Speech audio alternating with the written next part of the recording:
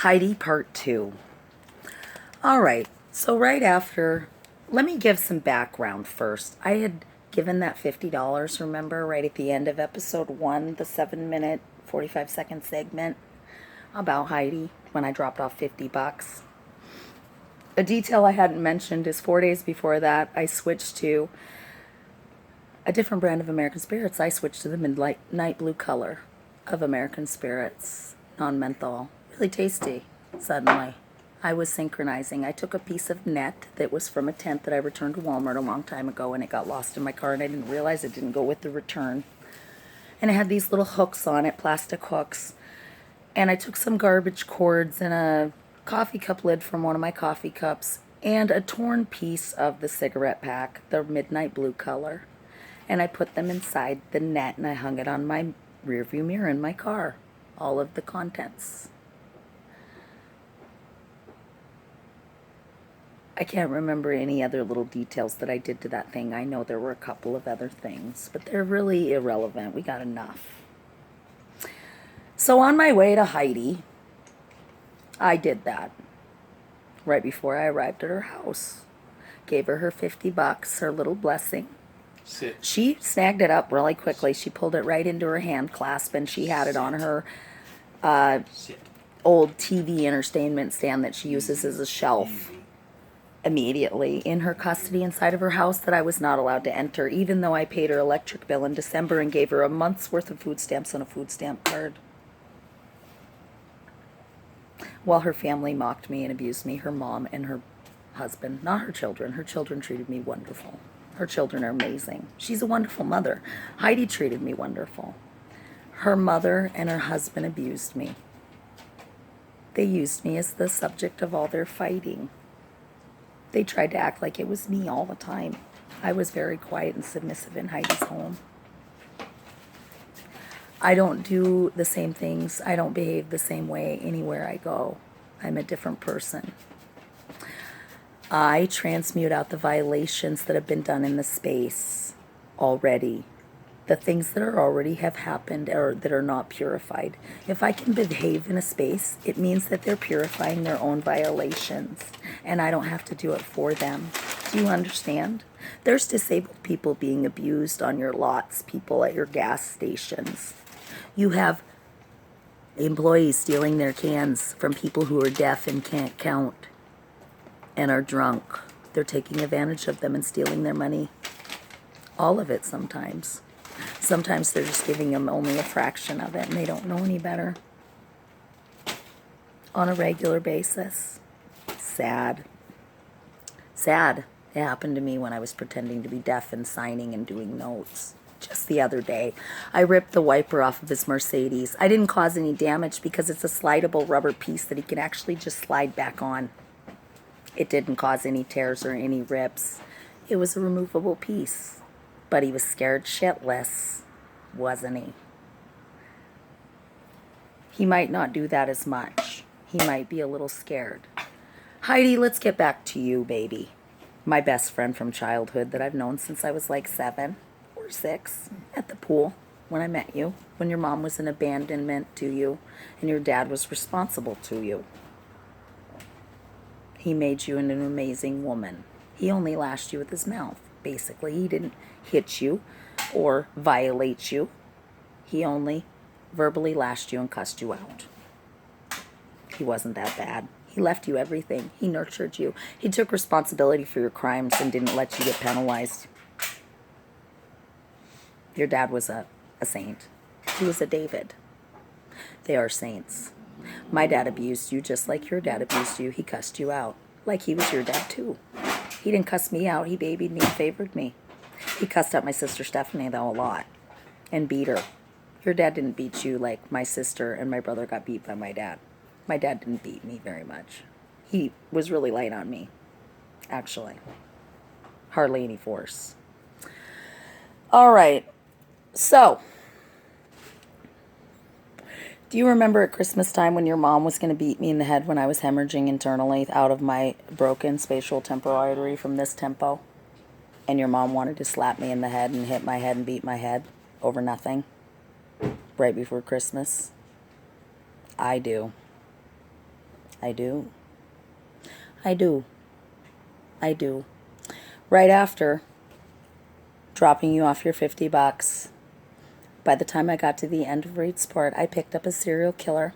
His favorite brand of cigarettes to smoke was the midnight blue color of American Spirits inside of my net on my mirror, binding him in a net, my auric net. He wanted me dosed with Molly. He was going to take advantage of me and steal my car. He tried to beat the shit out of me and apprehend my car in the middle of Sisters on I-20 between Oak and Elm Street on the right side of the road facing Bend, in a spot where I was blocking an entrance to a parking lot opening by a red building. Everybody was there squirreling and doing their thing, in and out of buildings, getting in and out of cars, driving back and forth. Tons of people. Very busy day. I'm screaming to the top of my lungs at him, telling him that it isn't his property, get out of my house. He's screaming at me, telling me, take me to Bend. He had just tried to lure me into the forest with his friends. He wanted me to go into Sisters into the forest. Yeah, dude. You smoked 2 packs of cigarettes, full packs, in 2 hours. You shared nothing of yours and took everything of mine. My gas, my time, my cigarettes. Seriously, dude. Are you kidding me? You're not a female. You're a male. You're a man pretending to be a woman. You think I didn't notice? You don't think I noticed? You played right into my hand. Just think of me as the good witch of the south, and you're the evil witch of the north, you fucking nim. Nimwit. You're a nim. You're a masculine presence mocking my female goddess essence and killing my good Samaritans. You're not going to do that anymore, honey. You're done. You're going to be done, and I'm going to make sure of it, because when you come get me, I know what I'm going to do.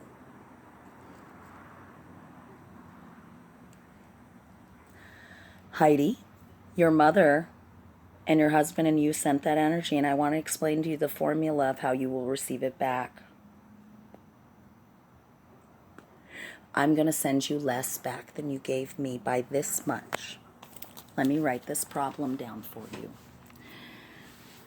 Heidi is a person. We'll just call her H. We'll call her husband J. We'll call her mom C. Okay?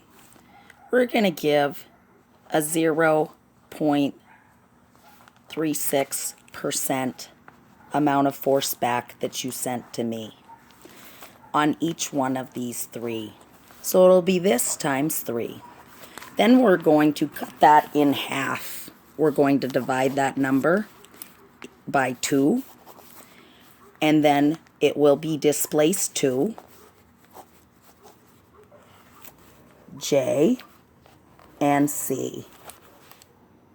The half and half of this measurement. If you know how to do math, go ahead and equation it.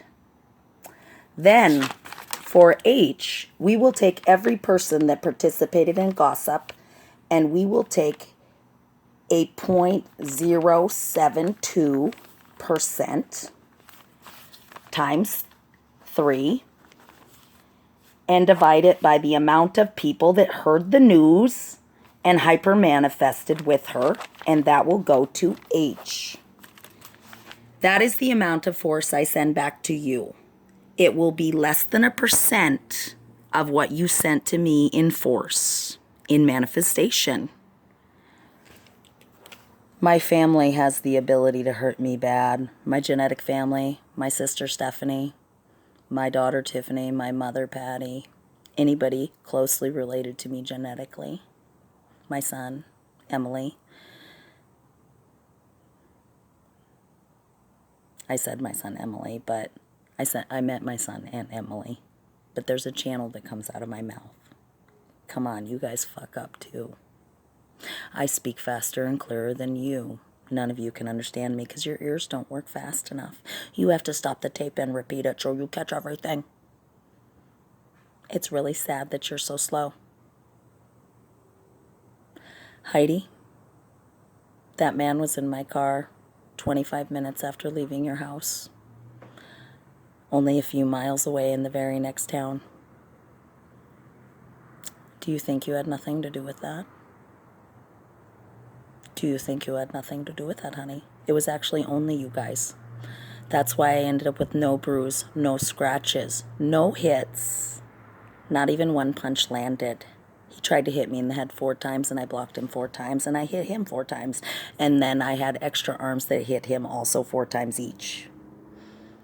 Imagine being punched by 8 arms at once. He punched a dent in my door. Let me show it to you. We're going to go look at it. We're going to go over to the car, and we're going to examine the dent that's left on my car.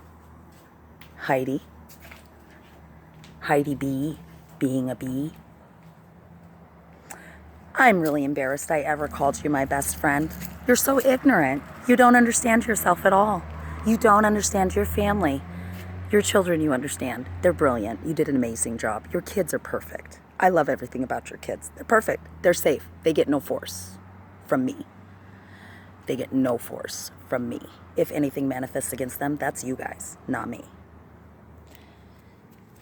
Look, Heidi, see your mark? That's your punch mark. Actually, that's your mother and your husband's punch mark at my car wanting me to die so that they could prove a point and teach me a lesson. That girl, she doesn't know anything, and she's just living a dangerous, reckless, free life, and we hate it. We want her to just fucking get what she deserves. And the manifestation of it being a serial killer psycho dude, that's your crime shows. Remember me talking to you about that? Being in your mirror, how you lust that? That's you. I love you, baby.